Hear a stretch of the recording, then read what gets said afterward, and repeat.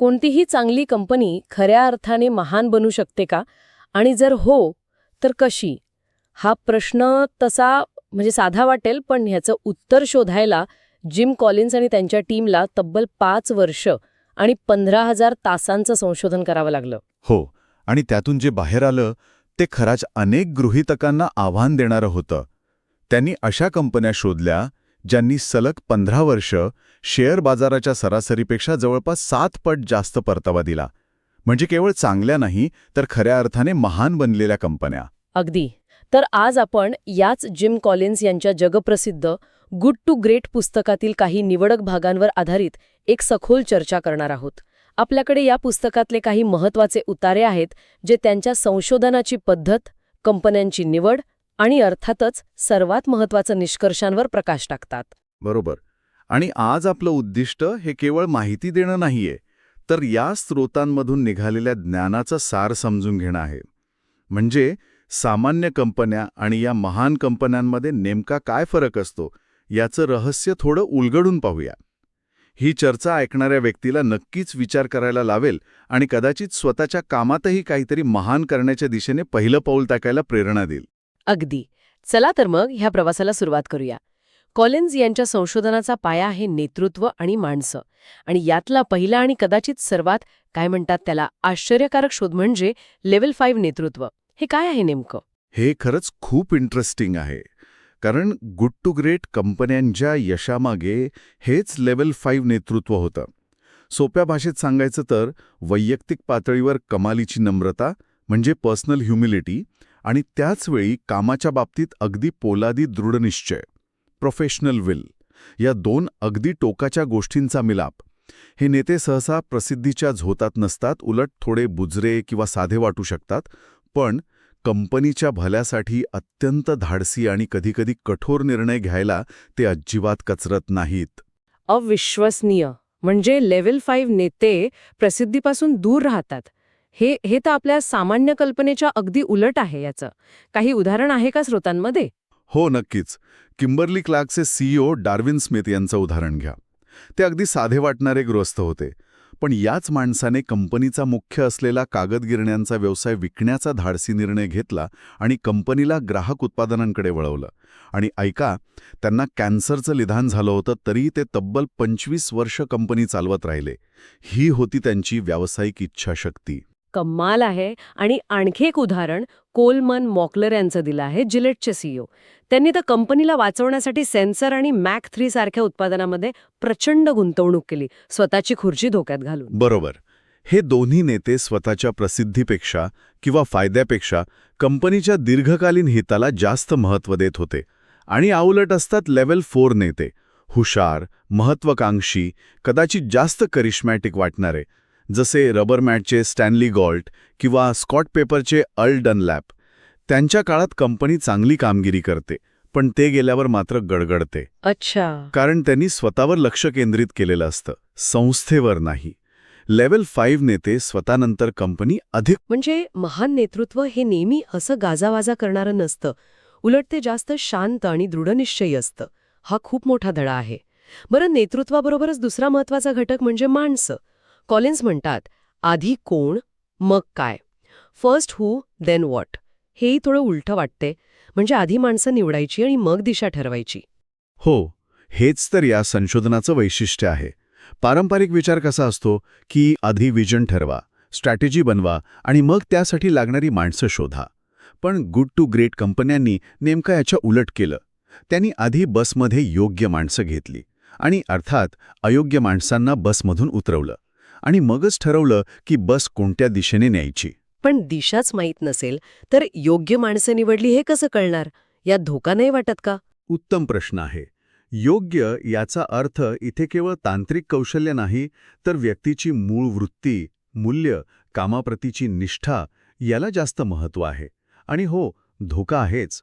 म्हणूनच कॉलिन्स म्हणतात की जर मनात थोडी जरी शंका असेल तर त्या व्यक्तीला घेऊ नका, शोध सुरू ठेवा. वेल्स फार्गोचे डिक कुली किंवा फॅनी मेचे डेव्हिड मॅक्सवेल यांची उदाहरणं आहेत बघा. मॅक्सवेल यांची कंपनी रोज $1 मिलियन तोट्यात होती, तरीही त्यांनी सर्वात आधी सर्वोत्तम टीम बनवण्यावर लक्ष केंद्रित केलं.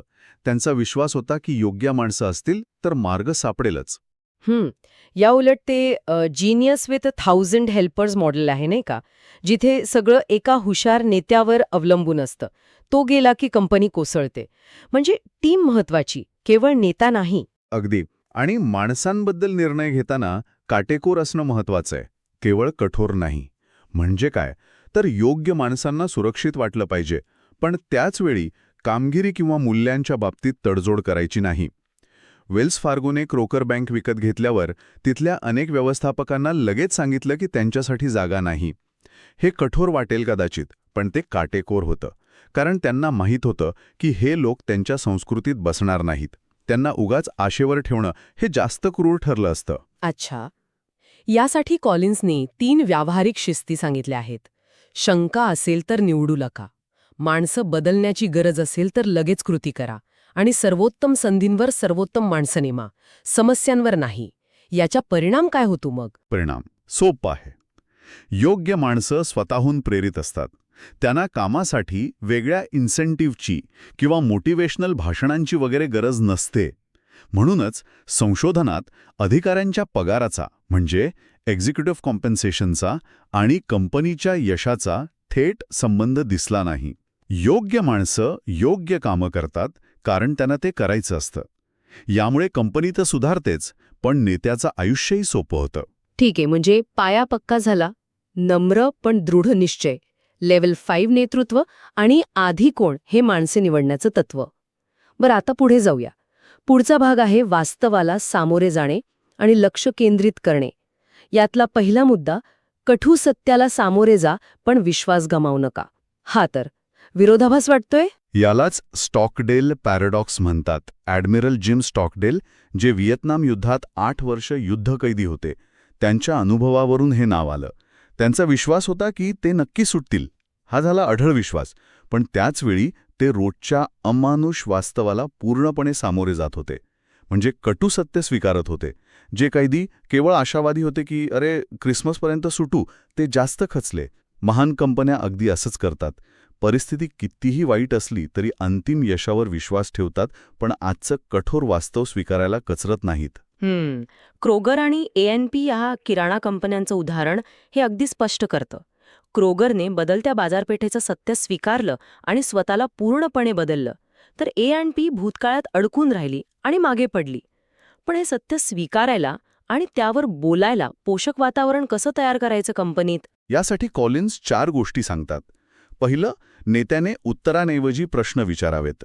सर्किट सिटीचे ॲलन वर्झल यांनी दिवाळखोलीच्या उंबरठ्यावर असताना मला माहीत नाही असं म्हणून सुरुवात केली आणि प्रश्नांमधूनच मार्ग शोधला. दुसरं, सक्तीऐवजी संवाद आणि वादांना प्रोत्साहन द्यावं. तिसरं, अपयश आल्यास दोषारोप न करता त्यातून काय शिकलो यावर लक्ष केंद्रित करावं, म्हणजे एक प्रकारची शवचिकित्सा. आणि चौथं, रेड फ्लॅग यंत्रणा उभारावी, म्हणजे अशी पद्धत ज्यामुळे गैरसोयीच्या सत्याकडे दुर्लक्ष करता येणार नाही. ग्रॅनाइट रॉक कंपनीची शॉर्ट पे पद्धत याचंच उदाहरण आहे, जिथे ग्राहक स्वतः बिल कमी करू शकतो. म्हणजे सत्य ऐकण्याची तयारी आणि यंत्रणा दोन्ही हवी. आता वास्तवाला सामोरं गेल्यावर येतं लक्ष केंद्रित करणं. यासाठी कॉलिन्स हेजहॉग संकल्पना, हेजहॉग कन्सेप्ट. हेजहॉग म्हणजे नक्की काय? तो ससाणासारखा प्राणी असतो का? नाही, ससाना नाही. हेजहॉग हा एक छोटा प्राणी आहे, आपल्याकडच्या साळींद्रासारखा थोडा. एका जुन्या ग्रीक कथेनुसार कोल्ह्याला अनेक युक्त्या माहीत असतात, पण हेजहॉगला एकच मोठी गोष्ट माहीत असते: स्वतःचं संरक्षण कसं करायचं. महान कंपन्या या हेजहॉगसारख्या असतात. त्या अनेक गोष्टी थोड्या थोड्या करण्याऐवजी एकाच साध्या पण सखोल संकल्पनेवर आपलं सगळं लक्ष केंद्रित करतात. आणि ही संकल्पना येते 3 वर्तुळांच्या संगमातून, बरोबर? ती 3 वर्तुळं कोणती आहेत? पहिलं वर्तुळ, तुम्ही जगात सर्वोत्तम काय करू शकता. What you can be the best in the world at. हे केवळ तुमची सध्याची क्षमता नाही, तर तुम्ही खरोखर कशात जगातले नंबर 1 बनू शकता हे ओळखणं आहे. उदाहरणार्थ, वॉलग्रीन्सने ओळखलं की ते सोयीस्कर फार्मसीमध्ये, कन्व्हिनियंट ड्रग स्टोर्समध्ये सर्वोत्तम बनू शकतात, केवळ फार्मसीमध्ये नाही. अच्छा. दुसरं वर्तुळ, तुमचं आर्थिक इंजिन कशामुळे चालतं, म्हणजे तुमच्या व्यवसायात नफा किंवा कॅश फ्लो कशामुळे वाढतो याचा मूळ चालक. इकॉनॉमिक डिनॉमिनेटर ओळखणं. उदाहरणार्थ वॉलग्रीन्ससाठी होतं प्रति ग्राहक भेटीमागे नफा, न्यूकोर स्टीलसाठी प्रति टन स्टीलमागे नफा. आणि तिसरं वर्तुळ, तुम्हाला कशाबद्दल तीव्र आवड आहे. हे केवळ उत्पादनाबद्दल नसतं, तर कंपनीच्या मूल्यांबद्दल, उद्देशाबद्दल असू शकतं. फॅनी मेच्या लोकांना घरं मिळवून देण्याच्या कल्पनेबद्दल आवड होती, केवळ गहाण खतांबद्दल नाही. म्हणजे थोडक्यात ज्यात तुम्ही बेस्ट होऊ शकता, ज्यामुळे पैसे मिळतील आणि जे करायला मनापासून आवडेल, या तिन्हींचा संगम. पण हे शोधणं सोपं नसतं नक्कीच. अजिबात नाही.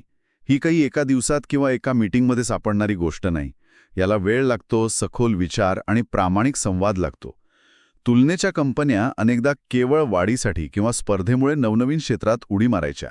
पण गुड टू ग्रेट कंपन्यांनी ही 3 वर्तुळं समजून घेईपर्यंत आणि त्यावर आधारित एक स्पष्ट संकल्पना तयार होईपर्यंत धीर धरला.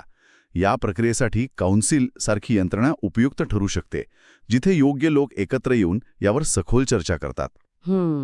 हे सगळं ऐकून लक्षात येतंय की महान बनण्यासाठी केवळ हुशारी किंवा धाडस पुरेसं नाही, तर प्रचंड शिस्त लागते. आणि हाच आपला पुढचा मुद्दा आहे, शिस्तीची संस्कृती. बरोबर. पण ही शिस्त म्हणजे अशी काही सैनिकी शिस्त किंवा एका व्यक्तीची हुकुमशाही नव्हे. ही आहे स्वातंत्र्य आणि जबाबदारी, म्हणजे फ्रीडम आणि रिस्पॉन्सिबिलिटी यांचा योग्य मेळ घालणारी संस्कृती. एका निश्चित चौकटीत, फ्रेमवर्क, लोकांना काम करण्याचं स्वातंत्र्य मिळतं, पण त्याचबरोबर जबाबदारीही स्वीकारावी लागते. शिस्तबद्ध लोकांना सतत व्यवस्थापित करायची गरज नसते. तुम्हाला फक्त प्रणाली म्हणजे सिस्टम सांभाळावी लागते. आणि या संस्कृतीत स्वयंशिस्तबद्ध लोक लागतात. कॉलिन्स यांचं ते कॉटेज चीज धुण्याचं उदाहरण मला खूप भावलं. डेव्ह स्कॉट नावाचा आयर्नमॅन ॲथलीट अतिरिक्त चरबी काढण्यासाठी कॉटेज चीज धुवायचा म्हणे. ही आहे टोकाची स्वयंशिस्त. अगदी. हेच लोक हेजहॉग संकल्पनेचा काटेकोर पालन करतात. महत्वाचं म्हणजे ते काय करायचं यापेक्षा काय नाही करायचं, स्टॉप डुईंग लिस्ट, यावर जास्त लक्ष देतात. डार्विन स्मिथने वॉल स्ट्रीटसाठी अंदाज देणं बंद केलं, कारण ते त्यांच्या संकल्पनेच्या आड येत होतं. ही आहे शिस्त. बरोबर. आणि या शिस्तीला वेग देण्यासाठी तंत्रज्ञानाचा वापर येतो. पण इथेही एक मेख आहे, नाही का? तंत्रज्ञान हे उत्तर नाही. मुळीच नाही. तंत्रज्ञान हे केवळ एक वेगवर्धक आहे. ते परिवर्तनाची सुरुवात करू शकत नाही. गुड टू ग्रेट कंपन्यांनी तंत्रज्ञानाचा वापर केला, पण अगदी विचारपूर्वक. त्यांनी फक्त त्याच तंत्रज्ञानामध्ये गुंतवणूक केली जी त्यांच्या हेजहॉग संकल्पनेला थेट गती देत होती. जसं वॉलग्रीन्सने सोयीस्कर फार्मसीसाठी इंटरकॉम नेटवर्क उभारलं, किंवा क्रोगरने इन्व्हेंटरीसाठी बारकोड स्कॅनर लवकर वापरले. म्हणजे केवळ नवीन तंत्रज्ञान आलं म्हणून घाबरून त्यात उडी मारायची नाही, तंत्रज्ञानाचा सापळा टाळायचा. 1990च्या दशकातल्या .com बबलवेळी वॉलग्रीन्सने जी क्रॉल, वॉक, रन पद्धत वापरली ती याचंच उदाहरण आहे. हळू, विचारपूर्वक पावलं टाकायची. अगदी. त्यामुळे तंत्रज्ञान महत्वाचं असलं तरी ते कधीही महानतेचं किंवा अपयशाचं मूळ कारण नसतं. खरा प्रश्न हा आहे की हे तंत्रज्ञान तुमच्या हेजहॉग संकल्पनेला गती देतं का? ठीक आहे, आता आपण शेवटच्या टप्प्याकडे आलो आहोत. ही सगळी प्रक्रिया कशी काम करते आणि ती टिकते कशी? इथे चक्र, फ्लायव्हील आणि विनाशचक्र, डूम लूप या संकल्पना येतात. हे फ्लायव्हील म्हणजे काय नक्की? कल्पना करा एका मोठ्या जड चाकाची, फ्लायव्हीलची. त्याला पहिल्यांदा धक्का मारायला खूप जोर लागतो. सुरुवातीला ते अगदी हळूच हलताना दिसतं, पण तुम्ही सातत्याने एकाच दिशेने जोर लावत राहिलात तर हळूहळू ते गती पकडतं. आणि एकदा गती मिळाली की मग ते स्वतःच्याच वजनाने इतकं वेगाने फिरायला लागतं की मग त्याला थोडा जरी धक्का दिला तरी मोठा फरक पडतो. गुड टू ग्रेट कंपन्यांचं परिवर्तन अगदी असंच होतं. म्हणजे कोणताही जादूचा क्षण नसतो. बाहेरून वाटतं की कंपनी अचानक यशस्वी झाली, पण आतमध्ये ते हळूहळू सातत्यपूर्ण प्रयत्नांचं फळ असतं. बरोबर. हे एक घडणं, बिल्डअप असतं, ज्यानंतर मोठं यश, ब्रेकथ्रू मिळतं. किंबर्ली क्लार्कने गिरण्या विकल्या. तो निर्णय मोठा होता, पण तो एका मोठ्या विचारपूर्वक केलेल्या प्रक्रियेचा भाग होता. सर्किट सिटीचं यश तर 10 वर्षांच्या सातत्यपूर्ण प्रयत्नांनंतर दिसलं. अनेकदा कंपनीतल्या लोकांनाही कळत नाही की केवढं मोठं परिवर्तन घडतंय, कारण ते रोजच्या कामाचाच भाग वाटतं. या उलट तुलनेच्या कंपन्या विनाशचक्रात अडकलेल्या दिसल्या. त्यांचं कसं होतं? त्या कंपन्या त्या सतत नवीन कार्यक्रम, मोठ्या घोषणा, नवीन दिशा असं काहीतरी करत राहायच्या. एक कार्यक्रम सुरू करायचा, तो पूर्ण गती घेण्याआधीच बंद करून दुसरं काहीतरी सुरू करायचं. जणू ते चाकाला एका दिशेने थोडं ढकलून थांबायचे आणि मग उलट्या दिशेने ढकायला सुरुवात करायचे. यामुळे चक्र कधी गती पकडतच नव्हतं. चुकीच्या वेळी केलेली मोठी संपादने किंवा प्रत्येक नवीन नेत्याने जुनं सगळं बंद करून नवं काहीतरी सुरू करणं ही विनाशचक्राची लक्षणं आहेत. हे फ्लायव्हीलचं सातत्य मला कॉलिन्सच्या दुसऱ्या पुस्तकाशी बिल्ट टू लास्टशी जोडते असं वाटतंय. गुड टू ग्रेट तत्व कंपनीला महान बनवतात, पण ती महानता टिकवून कसं लागतं? अगदी योग्य मुद्दा आहे. गुड टू ग्रेट हे महानतेकडे जाण्याचा मार्ग दाखवतं, तर बिल्ड टू लास्ट ती महानता कशी टिकवायची आणि तिला चिरस्थायी कसं बनवायचं यावर भर देतं. अनेक बिल्ड टू लास्ट कंपन्यांच्या संस्थापकांनी, जसं वॉलमार्टचं सॅम वॉल्टन किंवा HPचे ह्युलेट आणि पॅकार्ड, यांनी नकळतपणे सुरुवातीपासूनच गुड टू ग्रेटची काही तत्त्व वापरली होती. अच्छा, म्हणजे टिकाऊ महानतेसाठी अजून काहीतरी लागतं?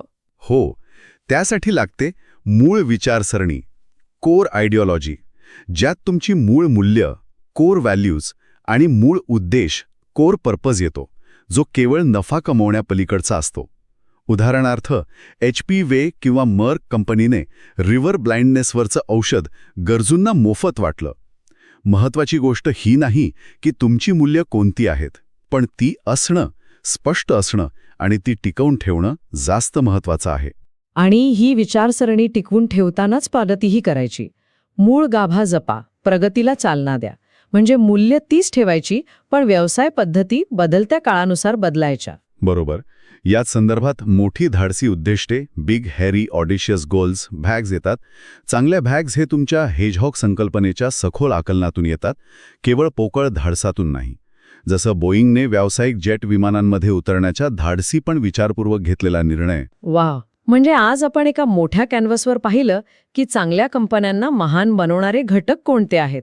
ते नम्र पण दृढनिश्चयी लेव्हल 5 नेतृत्व, आधी कोण मग काय हे माणसांचं तत्व, स्टॉकडेल पॅराडॉक्स वापरून कटू सत्याला सामोरं जाणं, 3 वर्तुळांवर आधारित हेजहॉग संकल्पना शोधणं, शिस्तीची संस्कृती रुजवणं, तंत्रज्ञानाचा केवळ वेगवर्धक म्हणून वापर करणं आणि सगळ्यात महत्त्वाचं म्हणजे सातत्यपूर्ण प्रयत्नांनी ते फ्लायव्हील फिरवत राहणं. अगदी. आणि सर्वात महत्वाचं म्हणजे ही तत्त्व केवळ कॉर्पोरेट जगापुरती मर्यादित नाहीत, नाही का? कोणतंही काम, कोणतीही संस्था, अगदी आपलं वैयक्तिक आयुष्यही अधिक चांगलं, अधिक प्रभावी बनवण्यासाठी यांचा वापर करता येतो. महानतेचा ध्यास का घ्यावा? कारण ते केवळ यशस्वी होण्यापुरतं नाही, तर ते जास्त अर्थपूर्ण आहे. ते आपल्या कामाला आणि जीवनाला एक खोल अर्थ देतं. अगदी खरंय. आणि याच विचाराने आपण आजची चर्चा संपूया. ऐकणाऱ्या प्रत्येकासाठी एक विचार: स्वतःच्या कामात किंवा आयुष्यात आपली हेजहॉग संकल्पना काय असू शकते? अशी कोणती गोष्ट आहे ज्यात जगात सर्वोत्तम बनण्याची क्षमता आहे, ज्यामुळे आपलं आर्थिक इंजिन चालेल, मग ते पैशाचं असो किंवा समाधानाचं, आणि ज्याबद्दल आपल्याला तीव्र आवड आहे? आणि ती संकल्पना प्रत्यक्षात आणण्यासाठी आज कोणत्या कटू सत्यांचा सामना करावा लागेल आणि स्वतःच्या आयुष्याचं किंवा कामाचं फ्लायव्हील फिरवण्यासाठी आज कोणता पहिला, छोटा पण सातत्यपूर्ण धक्का देणं शक्य आहे, यावर नक्कीच विचार करायला हवा.